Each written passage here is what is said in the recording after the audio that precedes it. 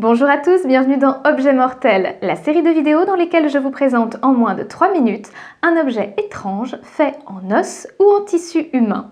Aujourd'hui, j'ai choisi de vous parler des arbres de l'inframonde, des Mayas et des Aztèques.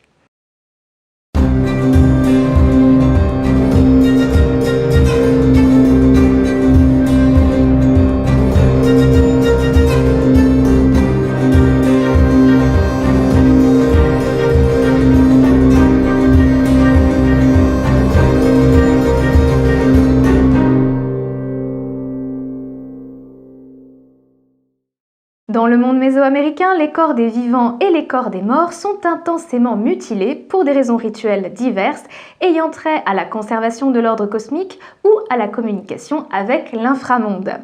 Parmi les vestiges les plus impressionnants découlant de ces rituels, on trouve les Tzompantli, ces fameux arbres de l'inframonde maya et aztèque que l'on pourrait traduire directement du nahuatl par « mur de crâne ». Après un sacrifice humain, la tête pouvait être détachée du corps de la victime pour rejoindre un Tzompantli. Le crâne était alors percé latéralement des deux côtés, au niveau de l'os pariétal et de l'os temporal. Cet aménagement permettait de les enfiler sur des poutres qui étaient elles-mêmes maintenues par des échafaudages et exposées à la vue de tous dans les grands centres cultuels. Les têtes ou les crânes pouvaient également être alignés en rangées denses et intégrés directement dans la maçonnerie des murs. Ce fut le cas pour le roi Tzompantli de la ville de Tenochtitlan. On pouvait également imiter les authentiques Tzompantli grâce à la création de sculptures sur pierre, comme ici à Chichén Itzá. Vous vous demandez sûrement qui étaient ces personnes qui ont perdu la tête pour finir sur ces constructions.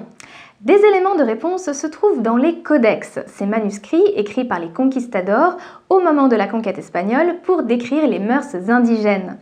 D'après les codex, il s'agirait soit de guerriers vaincus au combat, soit de joueurs de balle issus de la communauté.